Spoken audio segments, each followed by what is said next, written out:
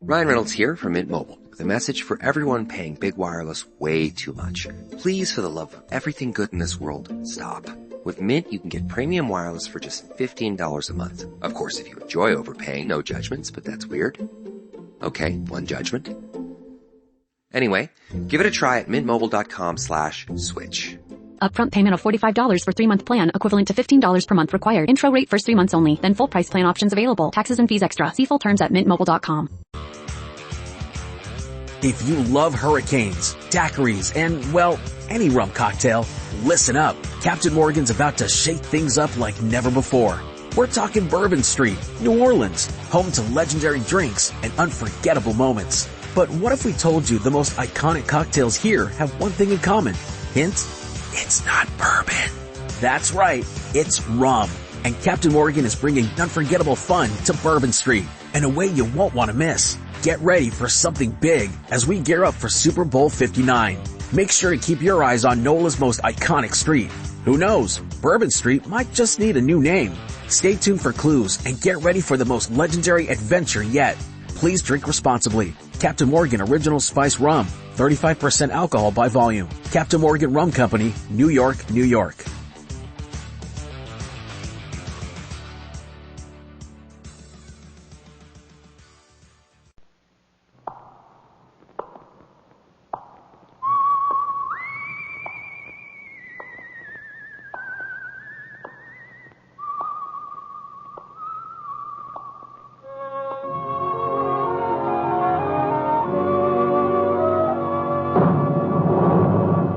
The Adventures of the Saint, starring Vincent Price.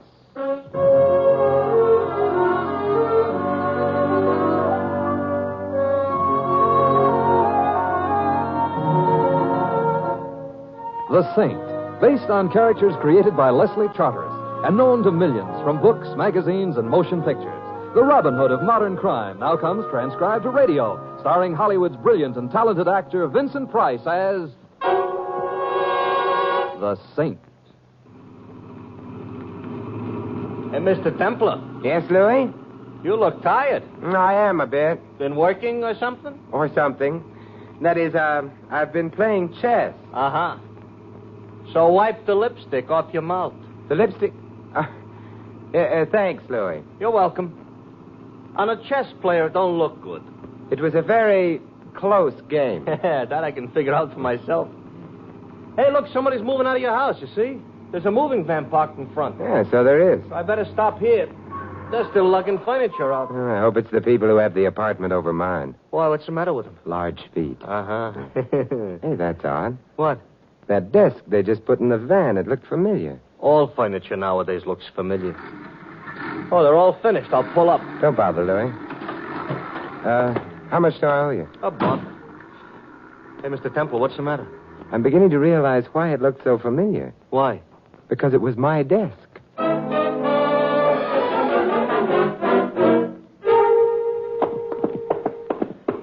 Oh, look, Mr. Temple, you must have made a mistake. You're not moving. I didn't make a mistake. Yeah, but it's ridiculous. Mr. Templar. Yes, it was my desk. Not to mention my table, my chairs, my... Hey, Louis, did you get the license number of that truck? No. But it belonged to the North America Van Lines. How do you know? Said so on the side. Oh, well, I'll look it up in the phone book. Yeah. Room looks awful naked. You know, furniture does a lot to fill up a room. Yeah, I've got it here. North American, 45 Columbus. Phone number? Well, anyway, we know one thing about where your furniture has gone. We do? Yeah. North America. Oh, fine. That's a big help. North American, good evening. Good evening. My name is Simon Templar. I have a complaint. Then you want the manager. I do? You do. His name is George H. Smith. Smith? Oh, very well. Well, let me talk to him. He's not in. Sorry. Well, you might be able to help me. You see, my complaint has to do with my furniture. It's just been moved by you people. Didn't we move it far enough? You shouldn't have moved it at all. We're so enthusiastic. I think you'd better check your records. Find out who ordered the van and where the furniture is to be delivered. Very well, sir. Just hold on. Having trouble, Mr. Temple? No, Louis, just whimsy. From truck drivers? We'll sue them. Who will? Us cabbies in New York. The whimsy belongs to us. And furthermore, Mr. Templar? Yes? You ordered your furniture moved. I did? Paid for it in advance, turned the key over to our men, and asked for rapid service. Well, I certainly got it. And where did I order the furniture moved to? The Sprague Furniture Galleries. Sprague? But he handles antiques. My furniture's modern. Maybe it's aged rapidly. Good night. Good night, sir. Come on, Louis. We're going to a gallery. We're in a hurry? Yes, you might say we've got to get a move on.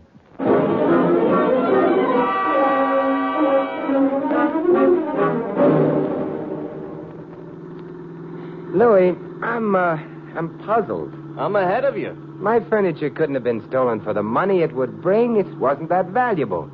Too great a risk was involved. So somebody did it for fun? Oh, hardly. Why was it stolen tonight, not last week, last month, or last year? Maybe the guys that swiped it were too busy. Also, half a dozen pieces were taken. Among them, a particularly worthless whatnot. What? Whatnot? And who's on third? A whatnot, Louis, is a Victorian monstrosity which shouldn't happen to a tree. The point I'm making, though, is that I've had that whatnot only a few days. Uh-huh. Well, that means they were after the whatnot. So why did they swipe the other stuff? To confuse the issue. To make me think it was just an ordinary burglary. To keep my attention away from the whatnot. Maybe it's worth a lot of money, huh? It's worth exactly what I paid for it, $17. So that don't figure. Where'd you get it, anyway? Oddly enough, Louis, at the Sprague Gallery.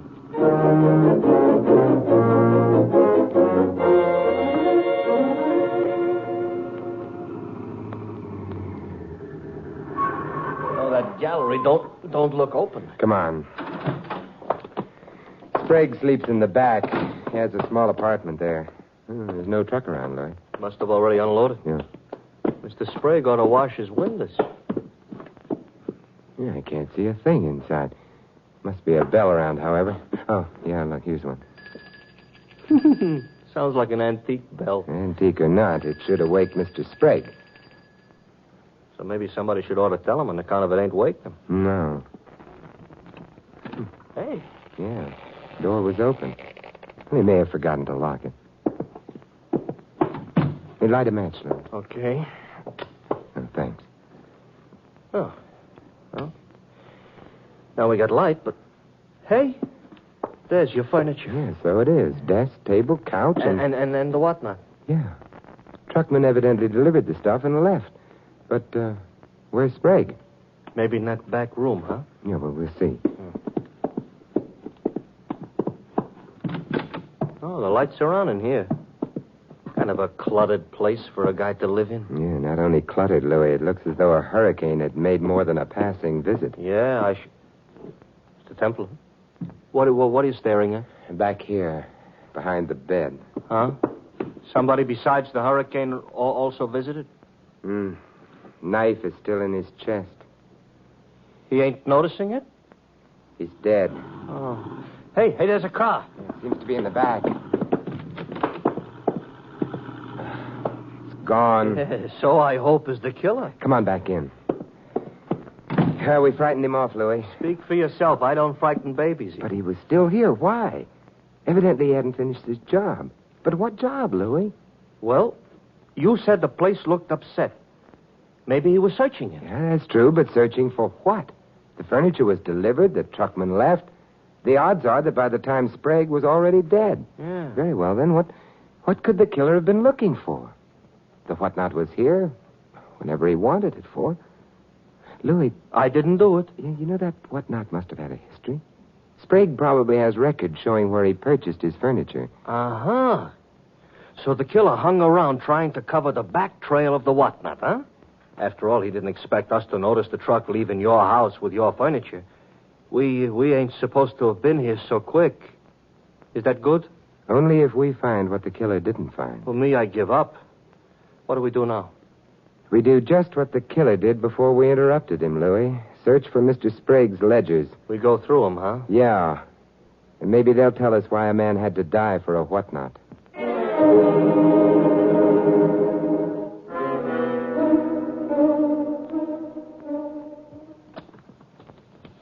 It's not in this one. Yeah. Hey, Mr. Temple, I think I got it. Oh, let me see. Here. Victorian whatnot, yeah. Mrs. Susan Carter, Hill Road, Cresdale, New York. Cresdale? That's only half a dozen miles north of the Bronx. This is strange. He doesn't seem to have paid her anything at all for the whatnot. Maybe she paid him. And we could phone, but... You know, Louis, about the only thing on our side is the element of time. We're moving faster than the killer anticipated, therefore... I know. We go north.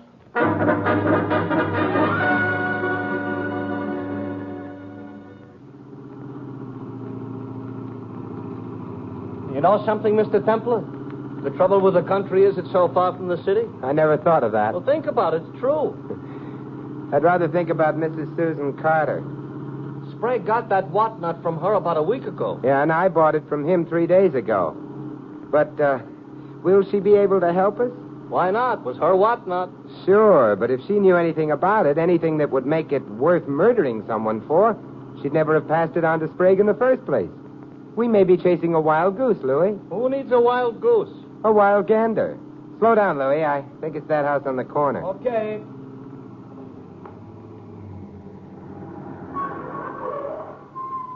Yeah, this is it. Ooh, it's a large house. Yeah.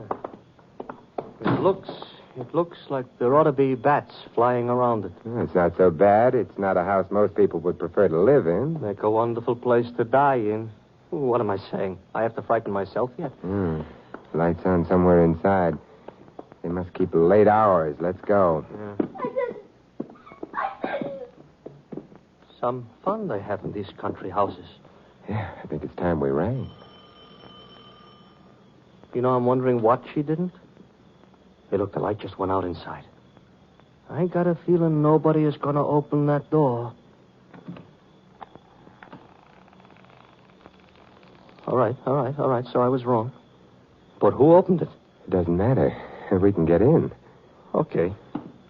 Except I would be happier if somebody at least had opened it. Oh. It's like a house of the dead. Stop making up phrases like that. It came from someplace down this hallway. You're running in the wrong direction. We're running close. Hey, look, it must be this door. It's the only one along the hallway. Does it open? Yeah, it opened. Who are you? Oh, hello, I'm Simon Templar. This is Louis. Yeah. What do you want here? We heard you scream. That was because I saw a mouse. It must have been a large mouse. It was a large scream, Mrs. Carter. I'm not Mrs. Carter. But, Claire Wayne, Miss Carter's niece. Oh, I apologize. How'd you get in? Well, the front door opened by itself. A very mysterious effect. You're making things up. Not really. Could we see Mrs. Carter? Could you... Oh, no. No! Miss Wayne. Come on, Louis. Yeah, I'm right behind you. Claire! Where the devil? Claire! Oh, I'm sorry. Neither of us is Claire. Are you Mr. Carter? Carter? Me? No, I'm Harold Thompson, Susan's nephew. Oh, well, I'm Simon Templar. Louis. Templar, huh? Are you the saint? Yes, I am. Well, this is quite an honor for us. Thank you. Actually, I wanted to speak to your aunt. You did?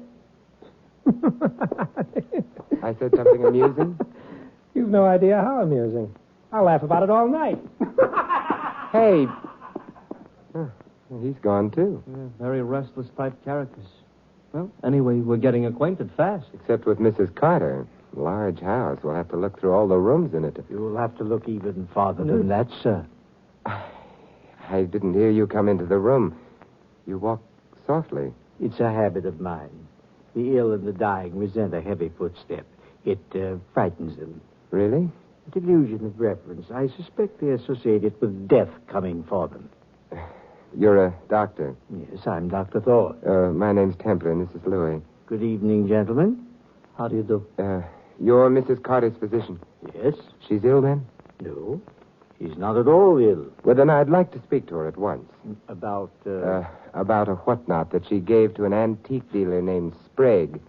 Seems a trivial reason to have brought you out here at this hour. The whatnot in itself is perhaps a trivial thing, Doctor, but murder isn't. Murder? Mr. Sprague. Oh. At what time was he... Probably around 8 this evening. It's interesting. At 8, I was out in my car on my way here, but I took a long way around. Might have included the stop in the city. At 8, Harold Thompson had not as yet reached this house. Of course, where he was until then, I cannot say. At 8, Claire Wayne was at the movie. She told me earlier. Well, perhaps she was. Well, very interesting hour. Yes, and where was Mrs. Carter at 8 o'clock? Well, she was where she is now, with a nurse in attendance. I thought you said she wasn't ill. She isn't. She was. Oh, I see. She's dead, then. She's dead. Interesting. 3 people might have known what the mystery of the whatnot was, and of them 2 are dead. The 3rd is a murderer. Susan Carter was an old woman with a weak heart. Meaning her death was natural? Yes. I don't sneer at coincidence, Dr. Thorne, but under the circumstances, I'd like to be sure it was coincidence. Well, of course, I can't quarrel with you about that. I've had a thought or two about Susan's death myself. And? She wasn't stabbed to death. Her heart did fail. Mr. Templar, I'm not a young man anymore. I'm tired. I'm all confused. And before going any further into this thing, I'd like to rest. Would it be asking too much of you to spend the night here, Mr. Templar? I think it's very hospitable of you. There's plenty of room. This is a large house. Suppose we all go to bed. In the morning, perhaps the shadows will all have fled.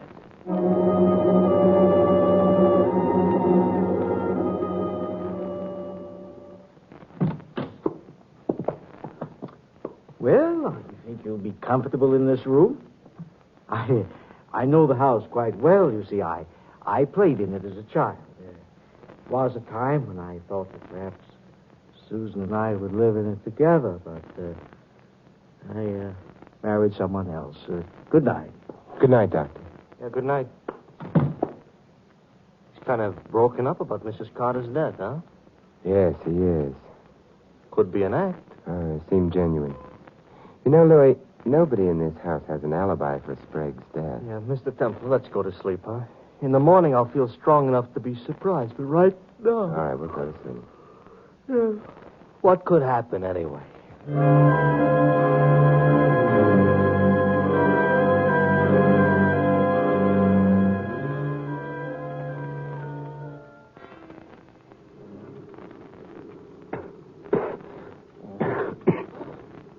Louis. Oh, Mr. Temple, what? I smell smoke. The house is on fire. Hey, come on, Louis. Yeah, I'm right with you. The smoke is terrible. Oh, hey, look, we've got to warn the others. Yeah. I'll get the ones the other side of the hall. The smoke is getting awful thick. Miss Wayne. Miss Wayne. Oh, I was asleep. Go downstairs and out of the house, quick. The house happens to be on fire. Oh, all right. Louis. Templar. Oh, I got both Dr. Thorne and Harold Thompson. They're on their way down. We better get downstairs, too. No, not yet. But we got every living thing out of the house. Yeah, but you forgot the dead.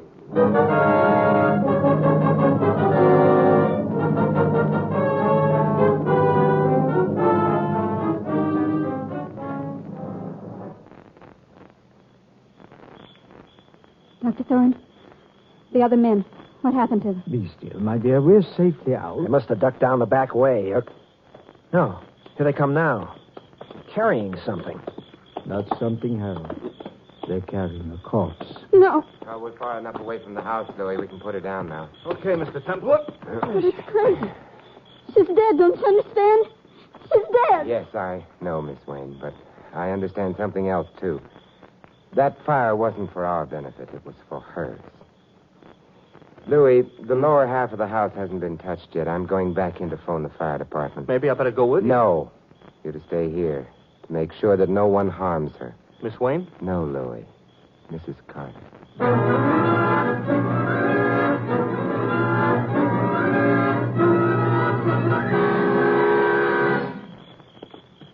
Thank you, Collison. You and the boys did a fine job. Glad we were able to save the lower part of the house. Okay, boys, back to the pinochle game. You know that Cresdale Fire Department ain't bad? No. We may as well all go inside. I'll take Mrs. Carter. I can't say I exactly follow your mental processes, Templar. Oh, is that important? I don't know. Why did you have to disturb her? Mrs. Carter, she's far beyond any disturbances I could create. What Claire meant was, why lug her around the way you are? There's a very simple answer. You see, she's a very important clue. To what? Murder. Got the door open, Mr. Templar. Oh, thanks, Louis. Well, this room will do as well as any. The couch for Mrs. Carter. Mr. Temple, I think I shall insist upon an explanation. We're all here. But we're not all here. What? Oh, Harold. Yes.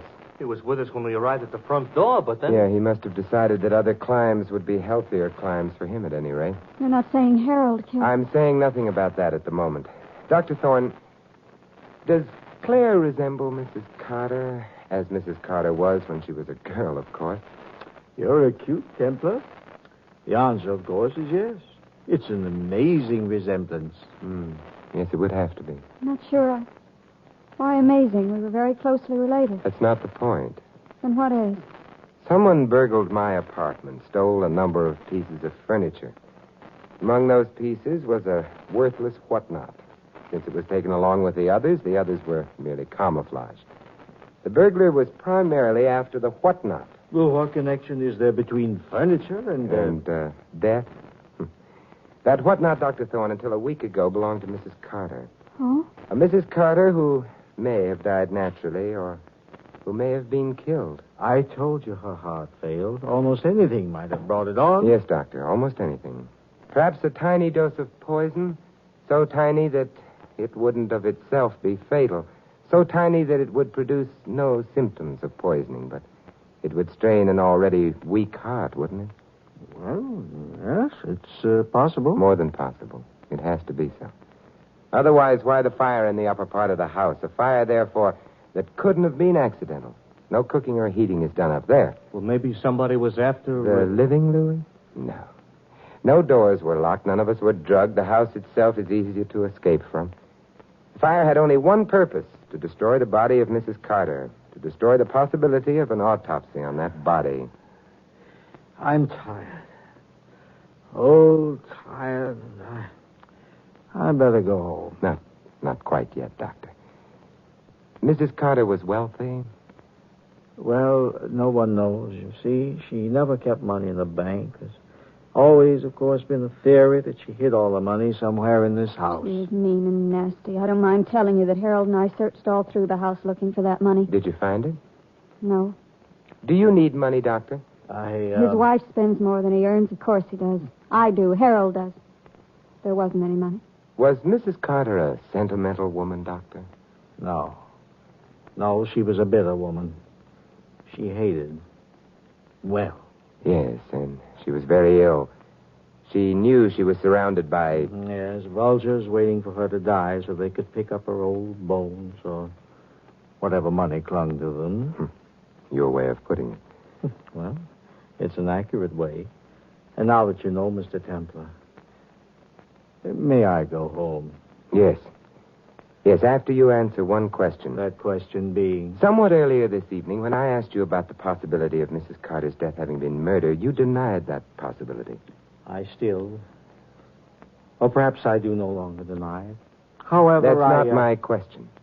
At that time, you said she wasn't stabbed to death, meaning that Mr. Sprague, of whose murder I had just informed you, was stabbed to death. But, Dr. Thorne, there are many ways in which a man can be killed. Your question, then, is, how did I know that Sprague had been killed with a knife? Yes, Doctor. I don't think I shall answer that question. I'm sorry. Louis, will you get on the phone? The cops? The police. Okay. Sit down, Dr. Thorne. You won't need me anymore. No, Miss Wayne. And I'll go. Any other room. This one's ugly. Oh, What's the matter? just caught my stockings in the edge of the chair. Oh, that's too bad. They're pretty stockings. They should be. They're nylon. They cost a fortune. Good night, Mr. Templar. Good night. Well, I phoned the cops. They're on their way, Mr. Templar. Yeah, good, Louis. Hey, Dr. Thorne, you don't look so good. No. You know, if murderers would clap master padlocks on their lips, a lot of them would be better off. They wouldn't give themselves away. And detectives would have a harder time. No, Louis. No matter how securely a murderer's lips may be locked, I coin a phrase, murder will out. Yeah, but if Dr. Thorne hadn't made that slip about the stabbing, you'd never been able to pin the killing on him. That's true. But then you see, Dr. Thorne didn't kill anyone.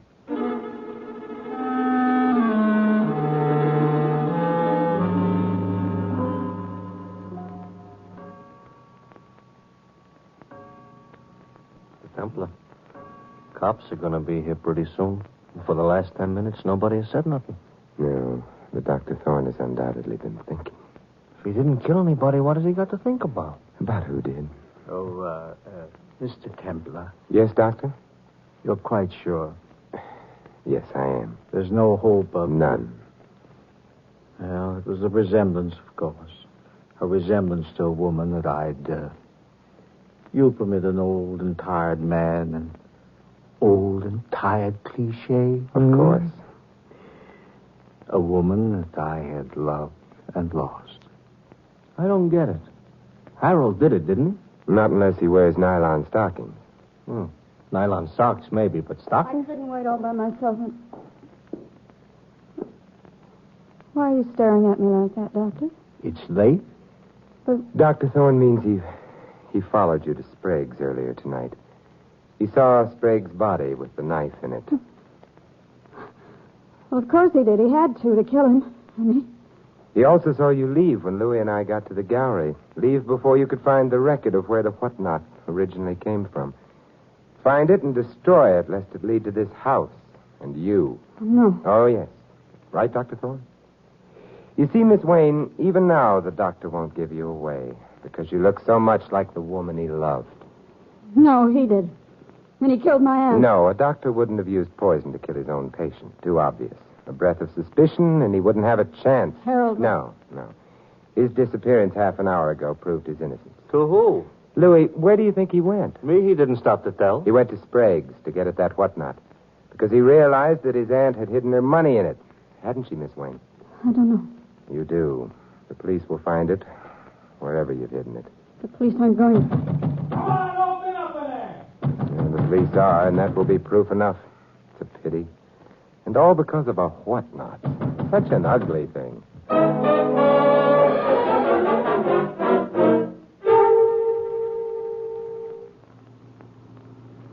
It's all right. So the cops found the doll in the girl's suitcase downstairs in the hall closet. So she killed her aunt and Sprague. But something must have tipped you off before you could be so sure. Nylon stockings, Louis. Oh, we're back to those again. All right, what about nylon stockings? Louis, whoever poisoned Mrs. Carter was the one who set fire to the house in order to destroy the corpse and prevent an autopsy. Yeah? Well, when I warned Claire Wayne about the fire, she said she'd been asleep. Yeah? Later on, after I'd confronted Dr. Thorne with what seemed to be his guilt, she left the room. On the way out, she caught her stockings on a chair. So? Louis, how much do you know about women? Everything. Do women go to sleep with nylon stockings on? Oh, the answer is no. Therefore, Claire Wayne had not been asleep. She'd lied about that with no reason. Unless she had started the fire. Yeah. So she started the fire, so she poisoned her aunt, stabbed Sprague. Yeah, okay. Only one thing more. What, Louis? Remember when we got to the Carter house and rang the bell and then the door opened all by itself? Yes, I remember. Never mind remembering, explain. Oh, probably only a warped door, Louis. The house was very old. Hey, I just thought of something. Yeah, what, Mr. Templar? When I get home, I'll be bedless. Oh, gee, that's right. You ain't got no furniture. Want I should drop you off at a hotel? No, thank you, Louis.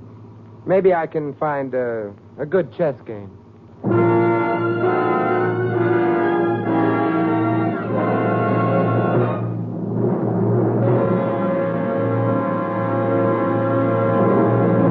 You've been listening to another transcribed adventure of the Saint, the Robin Hood of modern crime. Now here's our star, Vincent Price. Ladies and gentlemen, in tonight's cast, you heard Peggy Weber as Claire and Victor Rodman as Dr. Thorne. David Ellis was Harold, Gilbert Fry, the dispatcher. Larry Dobkin plays Louis. This is Vincent Price inviting you to join us again next week at the same time for another exciting adventure of the Saint. Good night.